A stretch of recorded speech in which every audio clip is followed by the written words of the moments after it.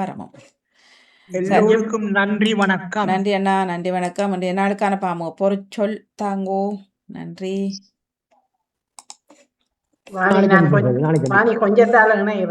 சரி சரி, நன்றி அக்கா, நன்றி. நான் வேலையால வந்து அப்படியே இருக்கிறேன். சரி, ஓகே ஓகே, போயிட்டு வாங்க. நன்றி. பொருட்சொல் என்ன இருக்கு இன்றைக்கு? தோண்டு தோண்டு தோண்டு தோண்டி தோண்டி தோண்டி தோண்டி தாங்க.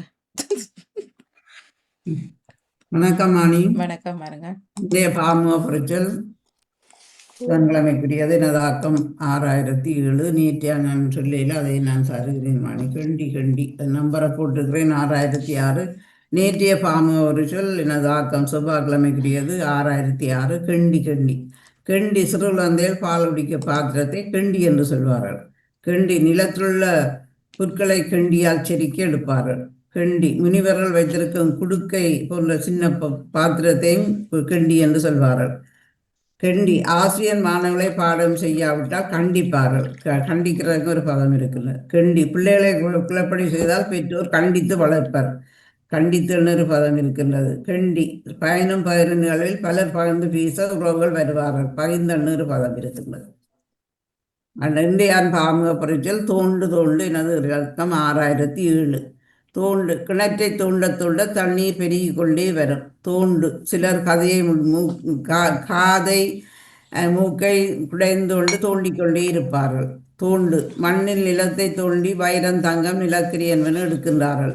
தோண்டு சில வாசனை பொருட்களை பூக்களை கரை சமைத்தால் முகந்து பாரு. பூக்களை அல்லது இந்த கரையில் எதுவும் சமைத்தல்னா இந்த வாசனை பொருளையும் சிலர் முகந்து பார்ப்பார். முகந்தன்று பதம் இருக்கின்றது. தோண்டு நிலத்தை தோண்டி மரங்கள் பயிர்கள் வைத்து வளர்ப்பார்கள். தோண்டி என்று ஒரு பதம் இருக்கின்றது. இவ்வளவுதான் நான் எழுதின தோண்டி. நன்றி. தோண்டி தோண்டி கதைகளை கேட்பார்கள். தோண்டி தோண்டி கதையும் கேட்கிறேன். அது நான் ஓ தோண்டி தோண்டி பிள்ளைகளிடம் கதை கேட்பார்கள். தோண்டி கேட்பார்களா? சொல்லுவாங்க. வணக்கம் வணக்கம் பாமுக உறவுகளுக்கும் வாணிமோனவர்களுக்கும் அன்பான காலை வணக்கத்தை கூறிக்கொண்டு பாமுக பொறிச்சொல் இன்று தோண்டு தோண்டு என்னுடைய தோண்டு 1826 ஆகிறது. தோண்டு மரங்களை நடுவதற்கு நிலத்தில் பள்ளம் தோண்டுகின்றார்கள். கிணறுகளை வெட்டுவதற்கும் பெரிய பள்ளங்களாக தோண்டி கிணறுகளை கட்டுகின்றோம். நிலத்தை அகழ்தலையும் தோண்டுதல் என்று சொல்வோம். இப்போதெல்லாம் மண் கொள்ளை நடக்கின்றது. மண் கொள்ளை நிலங்களை தோண்டி தோண்டி புட்டியாக இருந்த நிலங்களை எல்லாம் மண்ணை தோண்டி தோண்டி எடுத்து அவைகளெல்லாம் பள்ளமாக்கி விட்டார்கள். ஆகவே மிகவும் அந்த வெள்ளப்பெருக்குகள் எல்லாம் அந்த பள்ளங்களுக்கு குளிந்து நிறைய வெள்ளங்கள் இதாக இருக்கிறது. மற்றது கிண்டுதல் கிளறுதல் என்று சொல்லுவோம்.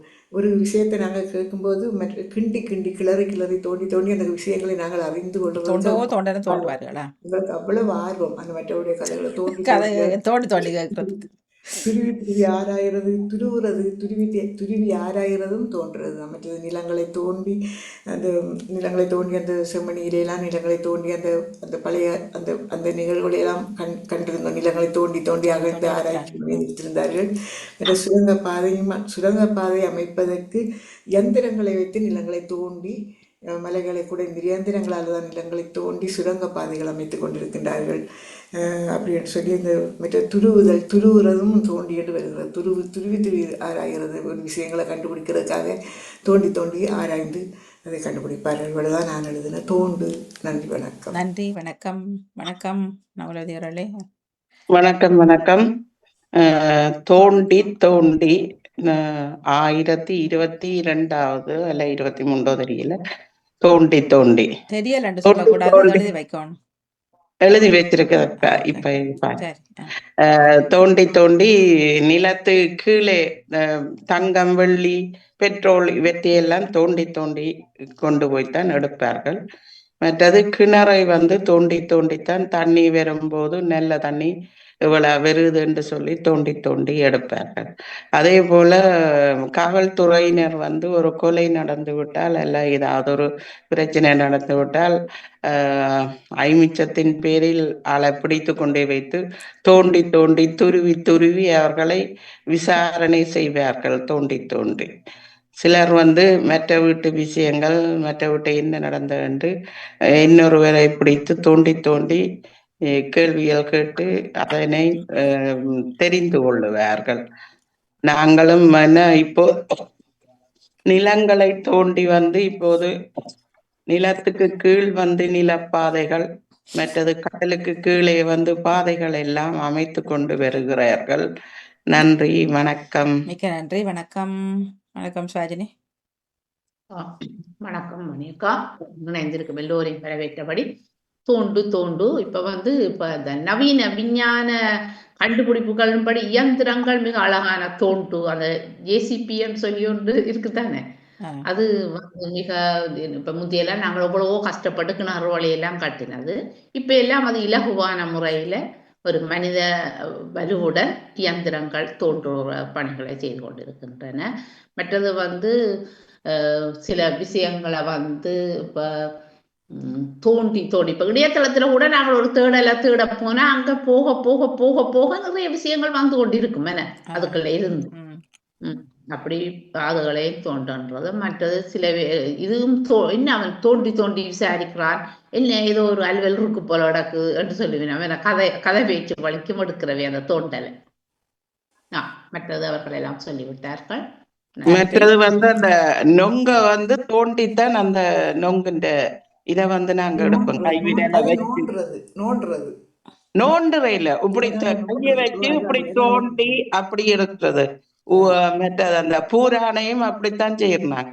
எங்கட கை 2 விதல வச்சு அப்படியே தோண்டி முழுசா எடுப்போம் பூரானண்டா. இந்த பழங்கள் சில பழங்கள்ல பெரிய கொட்டை இருக்கு, அதை தோண்டி அதை எடுத்து போட்டு பிளாப்பழத்தின் கொட்டையும் தோண்டித்தானே எடுக்கிறது. வழியில் அவகோடாவில எல்லாம் இருக்கிறத பெரிய தோண்டி எடுத்து தோண்டி எடுக்கிறது, தோன்றது எல்லாம் தோன்றதுதான். இப்ப அவகோடா கெதியா முளைக்கிற ஒரு கொட்டை, அந்த கொட்டை பெருசா வந்தமா இல்ல, எனக்கு சும்மா எறிஞ்சு விட வெளியிலேயே நான் வெளியில என்று விட்டுட்டு எங்கட மகன் என்னிலும் பார்க்க பெரிய மரமா வளர்த்து வச்சிருக்கிறேன். சில இடத்த இந்த சின்ன சாடிகளோட காய்ச்சோடி காட்டுறாங்கல்லானே, ஆனா இது காய்ச்சல வெறும் இங்க தோண்ட தேவையில்லை. சொல்றாளே அவக்கடா சீவிரும் தானே, நீங்க அப்படி நடுவில் வச்சுட்டு இந்த இப்படி நடுவால வெட்டுங்கோ தேங்காய் உடைப்போம், அது போல வெட்டினா அப்படியே தேங்காய் மாதிரியே வரும். எடுக்க ஈஸியா, தோண்டவே தேவையில்லை, சும்மா எடுக்க வருது.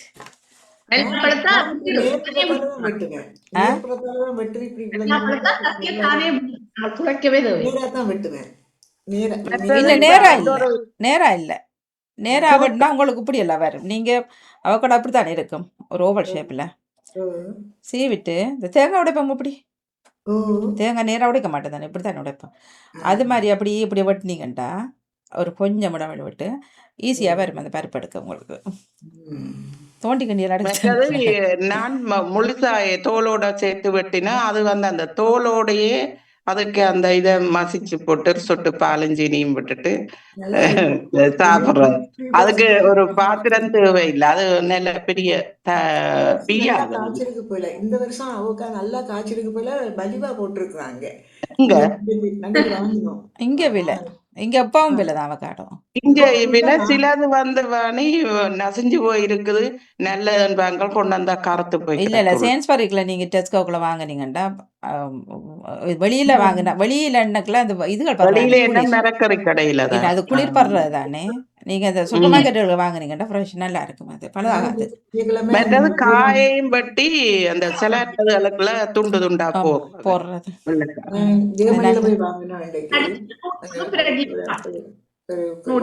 10 அவகோடா வாங்கினா 2 ரூபா 2.90 3 ரூபாய்க்கு. ரூபாய்ண்டா பரவாயில்ல தானே. நல்ல மலிவா. இல்ல ரூபாய்ண்டா பரவாயில்ல தானே, உங்களுக்கு 10க்கு 2 ரூபாய்க்கு தரீங்க. இனிமே இந்த ரூபா கதை இதுல வரக்கூடாது. இல்ல நம்ம ஒருளுக்கு என்ன தெரியாது, மாறுது இல்ல ரூபா கதை. சரி, நன்றி, வணக்கம். தினக்கவியன் தாருங்கள். ஓம் சாந்தினி அவர்கள் வாங்க. வணக்கம். இடி உற்சாக காலை வணக்கம். அடியக்கா இணைந்திருக்கிற உறவுகளுக்கும் வணக்கம். நான் கேட்டுக்கொண்டிருக்கிறேன் மணியக்கா, தோண்டி எல்லாரும் சொல்லிட்டேன், ஒரே கருத்துல தான் வருகிறது தோண்டி என்றது. எல்லாம் சொல்லிட்டேன் மணியக்கா, கேட்டுக்கொண்டிருக்கிறேன். நந்தவனத்தில் ஓர் ஆண்டி அவன் 4 ஆண்டு மாறாமா குறவன வேண்டி கொண்டி வந்தான் ஒரு தோண்டி. நீங்க பாத்தீங்கன்னா எனக்கு வந்து பாட்டு ஞாபகம் தோண்டி என்று சொல்ல அந்த பாட்டு தான் எனக்கு ஞாபகம். நல்ல பாட்டடா அது. தோண்டி கூத்தாடி கூத்தாடி போத்துடை தாண்டி. போத்துடை கூத்தாடி கூத்தாடி போட்டுடை தாண்டி. போட்டுடை தாண்டி. அப்ப அந்த தோண்டி என்றா அங்க ஒரு பொருளா வருது என்ன? அது பானை. தோண்டியடா பானை. அந்த பானை. பானை பானை. பானைன்னு சொன்னா ஒரு அர்த்தம் சொன்னா இந்த 10 மாசமா அந்த குழந்தை வயிற்றுல சுமந்து தாய் பெத்தெடுக்கிறதானே அப்படி ஒரு அர்த்தமா அதுல பாத்துருங்க இருக்கா. இல்ல பாருங்க அந்த பொருட்கள் வரத்தான் எங்களுக்கும் அதன் மீனிங்கள் இப்ப தெரிய வருது பொருட்கள் என்னன்னு. இப்ப அந்த பாட்டுல நாங்க கேட்கவும் இல்லை பாடினதை தவிர இப்ப அந்த பாட்டோட வரைக்குள்ள இந்த தோண்டியும் வரைக்குள்ள தான் அது ஒரு பொருளா எங்களுக்கு தெரியுது என்ன. விட்டுட்டு போயிட்டு யோசிக்கிறே இல்ல தானே. இல்ல அது நான் கேட்கறதும் இல்ல தானே. என்ன பாட்டு பாடுறோம் கத்தரி தோட்டத்து மத்தியில நின்று காவல் புரிகின்றது அப்படியெல்லாம் பாடிட்டு வாரமே தவிர அதுல உள்ள பொருட்களை நாங்க அதுல எடுக்கிறது இல்லை. சூப்பர் நன்றி. ஆரம்ப புத்தகம் திரும்ப பழைய புத்தகத்தை தேடி எடுக்கணும் இந்த பாட்டு பாக்குறது. தோண்டு தேடும் போது அந்த பாடல் வந்தது. நந்தவனத்தில் ஒரு ஆண்டி. பானை தோண்டியண்டா பானை தான். நந்தவனத்தில் ஒரு ஆண்டி 6 ஆளும் பானை தான் பானை இந்த நேற்று இது சொல்லியிருந்தாரு. இல்ல கண்டி தான் அந்த போச்சுட்டது மாதிரி அது கண்டி. இது பானையா இருக்கலாம். சரி நன்றி சூப்பர். அப்படி பொருட்கள் சொல்லும் பொழுதுதான் நிறைய விஷயங்கள் வந்து சேருது. தினக்கவியும் தாருங்கள். சிவ தர்சனி அவர்கள் எடுத்து விட்டு வருகிறேன். வணக்கம் வாங்குவோம். அதை தொடர்ந்து சிவாஜி நேரடியாங்க உங்களோட தகவலோட. ஓகே வணக்கம். தினக்கவி 2299 சிவதேஷ்ணி ராகவன் சுவிட்சர்லாந்தில் இருந்து. வள்ளுவர் வாய்மொழி. இருவரி குரல்களாக இனிதாய் அமைத்து தந்தார் 2000 ஆண்டுகள் முன்பே பாயிரமாய் மொழி சிறக்க என்பேன். 2000 ஆண்டுகள் முன்பே பாயிரமாய் மொழி சிறக்க என்பேன். அதிகாரங்கள் வகுப்பு முறை ஆழமான சீர்தழை பிரிப்புகள் அகர முதல என்றே ஆரம்பம் அழகு தமிழுக்கு அரியாசனம். அகர முதல என்றே ஆரம்பம் அழகு தமிழுக்கு அரியாசனம். எக்காலமும் பொருந்தும் வகை எளிய பொருள் புலப்பட தந்த நிலை. இளையோர் வாய்வழி நுழைந்து இதயத்தில் உறையும் அழகு கலை. இளையோர் வாய் வழி நுழைந்து இதயத்தில் உறையும் அழகு கலை. அறம்பொருள் இன்பந்தந்து திறம் படைத்த படைப்பில் நின்று இட்டைவரை சிகரந்தொடும் வெள்ள நீதி நூலே வாழிய நீ. இட்டைவரை சிகரந்தொடும் வெள்ள நீதி நூலே வாழிய நீ. அறம்பொருள் இன்பந்தந்து திறம்படைத்த படைப்பில் நின்று இட்டைவரே சிகரந்தோடும் வெல்ல நீதி நூலே வாழிய நீ பல்லாண்டு. நன்றி வணக்கம். வணக்கம். தினக்கவி 2298 சிவதேஷ்ணி ராகவன் சுவிட்சர்லாந்திலிருந்து. தாங்கும் நேற்றைய தினக்கவி நான் தரையில்லை. இல்ல அது பதிவுல கொஞ்சம் போடுங்களேண்ணா.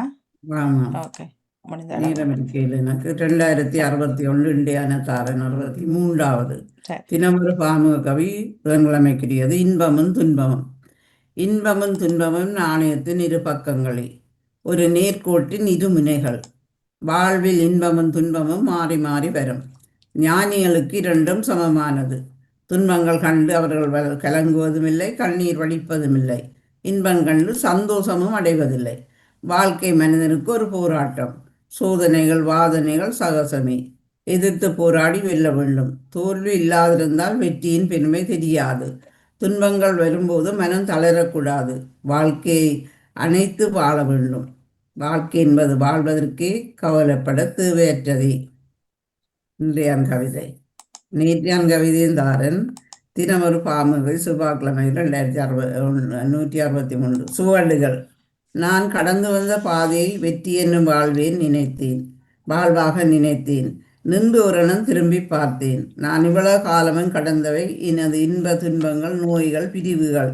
இறைவனை இவற்றை எதிர்த்து போராடினேன். பாராட்டுக்கள், வாழ்த்துக்கள், உயர்வுகள் என வந்தன. எனது வந்த பாதையெல்லாம் சுவடாய் பதிய கண்டேன். அப்பொழுதுதான் அனுபவங்களையும் பெற்றேன். ஆனால் யாவற்றையும் உரமாக்க வேண்டுமென புரிந்த மனம் எம் பெற்றோரின் வழிகாட்டலே. கடம்பதித்தேன் மிக மகளுடன். நன்றி வணக்கம். நன்றி வணக்கம். வணக்கம் வணக்கம் வாணி. பாமுக உறவுகளுக்கும் அவர்களுக்கும் என்னுடைய அன்பான காலை வணக்கத்தை குறிக்கொண்டு பாமுக தினக்கவி 572 ஏனென்று தெரியாமலே வாழ்க்கை என்பது வரம், இதில் வருவோர் போவோர் ஏராளமாய்.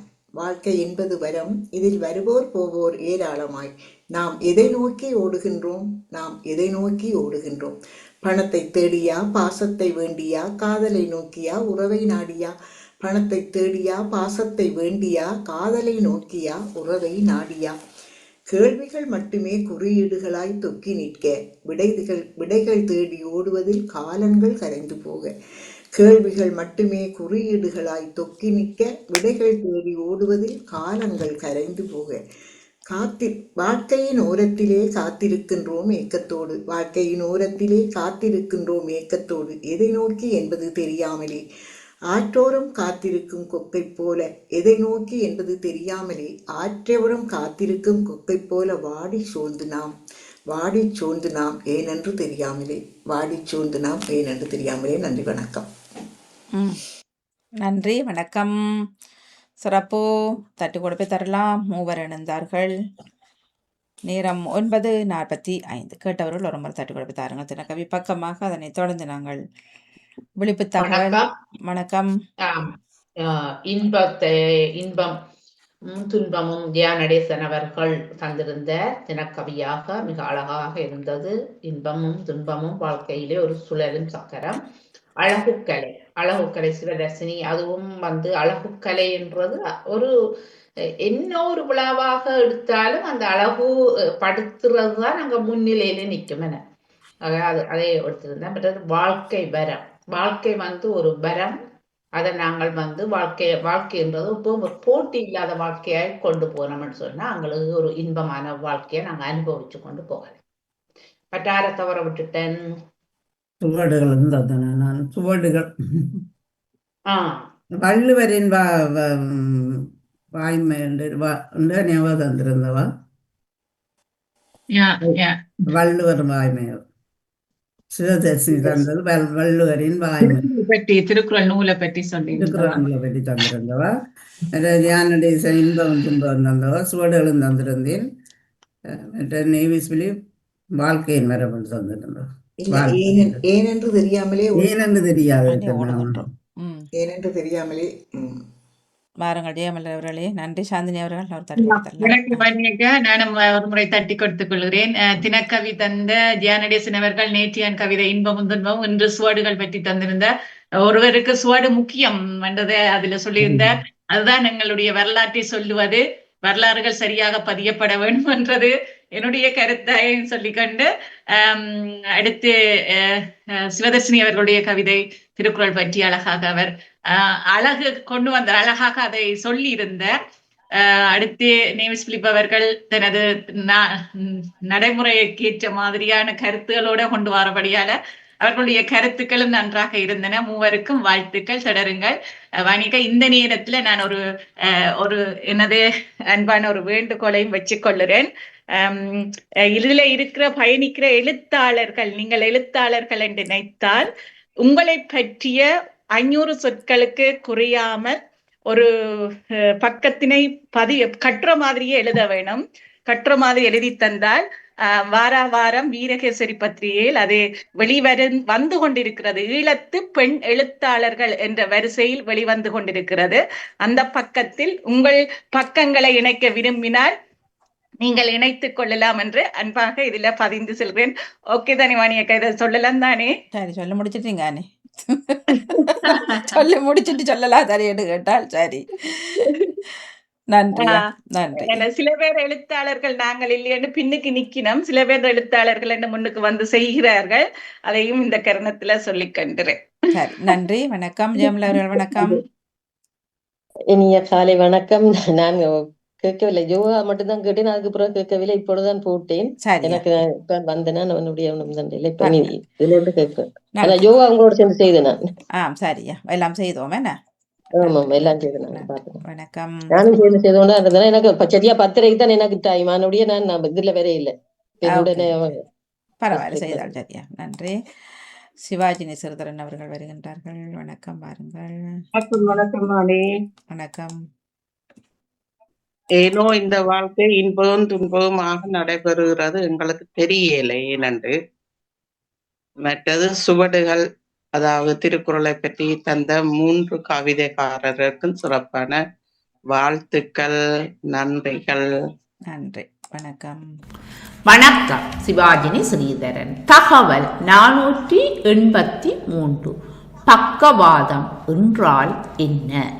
மூளையில் உள்ள இரத்த குழாய்கள் அடைப்பு ஏற்படும் போது அல்லது வெடித்து ஆக்சிஜன் மற்றும் ஊட்டச்சத்துக்கள் மூளை திசுக்களை அடைவதை தடுக்கும் போது பக்கவாதம் ஏற்படுகின்றது. பக்கவாத தடுப்பு உயர் இரத்த அழுத்தத்தை நிர்வகிக்க வேண்டும். உயர் இரத்த அழுத்தம் பக்கவாதம் ஏற்பட முக்கிய காரணம் ஆகும். இது உங்கள் இரத்த நாளங்களில் அதிகப்படியான அழுத்தத்தை ஏற்படுத்துகின்றது. இதனால் வெடிப்பு, அடைப்பு ஏற்பட அதிக வாய்ப்பும் உள்ளது. உங்கள் இரத்த அழுத்தத்தை கண்காணிப்பில் வைத்துக் கொள்ளுங்கள். பக்கவாதத்தை தடுக்க உண்ண வேண்டிய உணவுகள்: பழங்கள், காய்கறிகள், முழு தானியங்கள், மெலிந்த புரதங்கள் மற்றும் ஆரோக்கியமற்ற கொழுப்புகள் நிறைந்த உணவுகள் உண்பதை தவிர்க்க வேண்டும். உப்பு மிக மிக குறைவாக உண்ண வேண்டும். பக்கவாதம் ஏற்படும் அபாயத்தை குறைக்கலாம். பக்கவாதம் வராமல் தடுக்க உடல் பயிற்சி, உடல் செயற்பாடுகள் ஒரே இடத்தில் இருப்பதை தவிர்க்க வேண்டும்.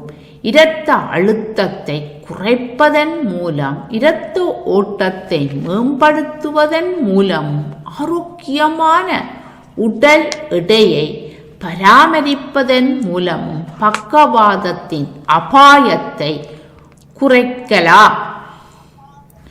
உங்களிடம் ஒரு கேள்வி: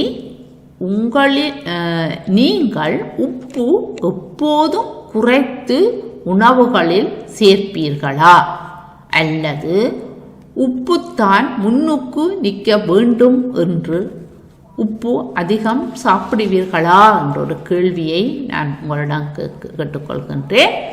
நாங்கள் பேசும் நேரத்தில் பேசிக்கொள்வோம். நாங்கள் மீண்டும் சந்திப்போம். நன்றி, வணக்கம். இணையத்திலிருந்து சுட்டதை எங்களுக்கு பயந்திருந்தார் சிவாஜினி. வணக்கம். நன்றி. வெள்ள உணவுகள் உப்பையும் குறைக்கணும், சீனியையும் குறைக்கணும், வெள்ளை பொருட்களையும் டயபெட்டிக் ஆக்களுக்கு எல்லாம் வெள்ளை நிறத்தில் உள்ள பான், வெள்ளை மாதுகள் எல்லாத்தையும் குறைக்கத்தான் வேணும். சீனியையும் குறைக்கணும். எங்களோட வயதான காலத்தில் உப்பையும் குறைத்து தான் சாப்பிட சொல்லி இருக்கிறாரு. மற்ற அந்த ஸ்ட்ரோக் வர்றது, ப்ரெஷர் கூடினா தான் அந்த ஸ்ட்ரோக் வர்றது. எங்களை அப்பாவுக்கு அதுதான் வந்தது. ப்ரெஷர் கூடி விளையாடணும்னு ஸ்ட்ரோக் வந்து மூளை நரம்பு வெடிக்கிறது. அது சில நேரம் அந்த உடனே செய்தினோம்னா உடனே ஆப்ரேஷன் செய்து அதை காப்பாற்ற அப்படி செய்தாலும் கூட அவர்கள் ஒரு பக்கம் அங்கவீனமாக தான் இருப்பார்கள். வாதமாக வந்து ஸ்ட்ரெச்சரில் இருக்க வேண்டிய நிலைமை தான் வந்திருக்கும். அதிலுமாக சில ஹாஸ்பிட்டல் வழியே என்ன செய்யணும்னு சொன்னால் அப்படியான ஆக்களை கேட்டுட்டு வச்சிருந்துட்டு ஊசி போட்டு மரணத்தை கொடுக்குறார்கள். அது ஸ்ட்ரோக்குன்னு தான் சொல்கிறது. பக்கவாதம் ஒரு பக்கம் அப்படியே செயலற்று போயிருந்து, கை தொடங்கி கால் முழுக்க நடக்க முடியல. அப்படி. நன்றி. சிவாஜினி, இந்த படங்களை நீங்கள் அதில் எடுத்து போடுறீங்களா? ஆனால் எனக்கு தெரியல, காப்பி ரைட்ஸுகள் சில நேரம் வரலாம், ஏற்படலாம். ஒரு தரம் அதனை பார்த்துக்கொள்ளுங்க. மற்ற தகவல் வந்து இது அநேகமாக எல்லாரும் அதுக்குள்ளே பார்க்குற விஷயங்கள் தானே. நீங்கள் தகவல் என்னக்கெல்லாம் ஒரு வித்தியாசமாக கொஞ்சம் மாற்ற பாருங்கள். நன்றி. அது நடைமுறை சொல்லியிருந்தார் தானே. வணக்கம், பாருங்கள்.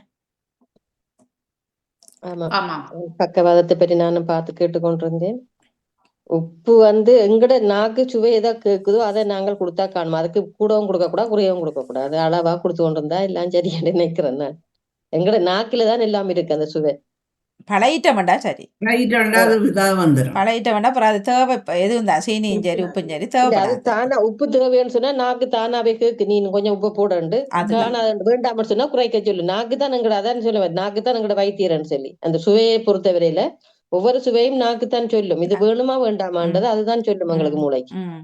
அதன்படி நாங்கள் போட்டோம்டா சரி. இல்ல சிலர் சோத்துக்குள்ளையும் போட்டுட்டு சோத்துக்குள்ள போட்டு சமைக்கணும். சோத்துக்குள்ள போட்டுட்டு கருக்களையும் போடுவார்கள். கூடாது. நானெல்லாம் இப்ப கனகாலமா சோறுக்கு உப்பே போடுறேன் இல்ல, கனகாலமா நாங்கள் எப்போதையும் போடுறோம். நான் எப்பவும் போடுறேன் இல்ல. கறிக்கணக்கும் குறைவா தான் போடுவோம் உப்பு. நான் பெருசா எனக்கு கொஞ்சம் கூடனா நாக்கு கரிக்கிற மாதிரி இருக்கும். அதான் அப்ப உங்களுக்கு உப்பு சுவா கூட இருக்கின்ற நீங்க உப்ப குறைக்க வேணும். அது கூட நாக்கு தான் குறைச்சுதான் நாங்க சோத்துக்கு போடுறோம் இல்ல, கறிக்கும் குறைவா தான் போடுறோம். அப்ப அந்த எங்களுக்கு அந்த உப்பு கூட குறையன்னு அந்த இது தெரியாது. அது நாங்க பழகிட்டு சரியான குறைவு உப்பு சரியான குறைவா தான் பாவிக்கிறது. என்னடா ப்ரெஷருக்கெல்லாம் உப்பு இருந்தா கூடாது அப்படின்னு சொல்லி ஒரு அறிவுரைகள் கணக்கு அறிவுரைகள். பிரஷர் குளுசையிலே அந்த உப்பு தன்மை இருக்குது. அதனபடியா உங்களுக்கு அதையும் பிள்ளைங்க உப்பு கூட கூட்டினா கூட கூடும் இன்னும் பிரஷர். அதனபடியா அதுக்கு ஏற்ற மாதிரி செய்யும். உப்பு போட்டா கூடாது. பிரஷர் குளுசை பாவிக்கிறார்கள் உப்பு நல்லா குறைக்க வேணும். ஏன்டா அதுலயே அந்த இதெல்லாம் இருக்கு. நாங்கள்லாம் உப்பு குறைச்சிதான் பாவிக்கிறது. சலாதெல்லாம் செய்யும்போது உப்பே போட மாட்டேன் சில நேரங்கள். அப்படியே பிரச்சனையும் வர்றது அந்த உப்பாலதான். ஆனா நான் ஒரு செய்தி பார்த்தேன், இந்துப்பு இந்த இமயமலை இந்த ரோஸ் கலர்ல ஒரு பெரிய உப்பனம் இல்லையா. நானும் அது இந்த ஆர்டிக்கல் கேட்டேன். அது சும்மா அந்த அவங்க சொல்றாங்களே கடையில வாங்குற செயற்கை உப்பு, ஆனா கடல் உப்பு அல்லது இந்த இந்து உப்பு வந்து உப்பு தானே. அந்த இந்துப்பு வந்து பாறைகளில இருந்துதான் அந்த உப்புகள் எடுக்கிறதா. ஆனா அது நல்லதுன்னு சொல்றாங்க. நாங்க பாவிக்கிறவங்க மருத்துவருடைய ஆலோசனையை கேட்டுதான் நாங்க அதை பாவிக்கணும்னு சொல்லி இருக்கிறாங்க.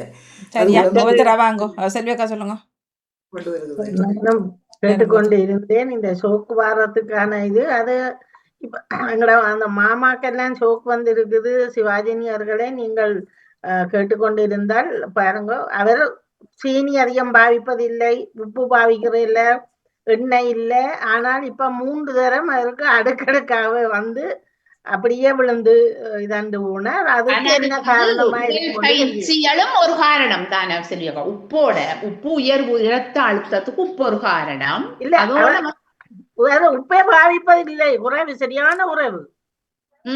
சொன்னேன், உப்பு பாவிப்பது உறவு, எண்ணெய் பாவிப்பது உறவு, இனிப்பு பாவிப்பது இல்லை. ஆனால் 3 தரம் அடுக்கடுக்கா வந்து அப்படியே இழுத்து இப்பொழுது படுக்கையாகி அப்படியே இருக்கிறார். ஆனால் அது எனக்கு புரிய இல்லை என்ன காரணம்.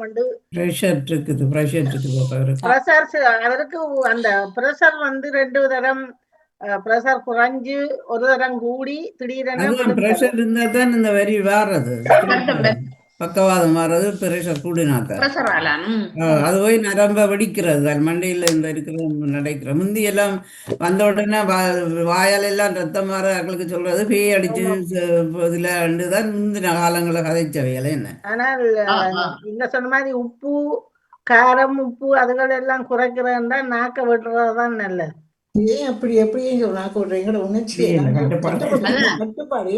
கொஞ்சமா நாங்க குறைச்ச மாட்டோம். இப்ப சீனிய நீங்க விட்டு கொஞ்சம் விட்டு வந்துட்டு நீங்க சீனி ஒரு அரை கரண்டி போட்டாலும் உங்களுக்கு அந்த டீ குடிக்க முடியாம இருக்கும். எங்கட நாக்கும் அந்த பழக்க வழக்கம் எல்லாத்துக்கும் வாய்தான் காரணம். காலமாக நான் சீனி போடாமல் தான் தேத்த நூடிக்கிறது. அதுதான் அப்ப சரி. அப்படி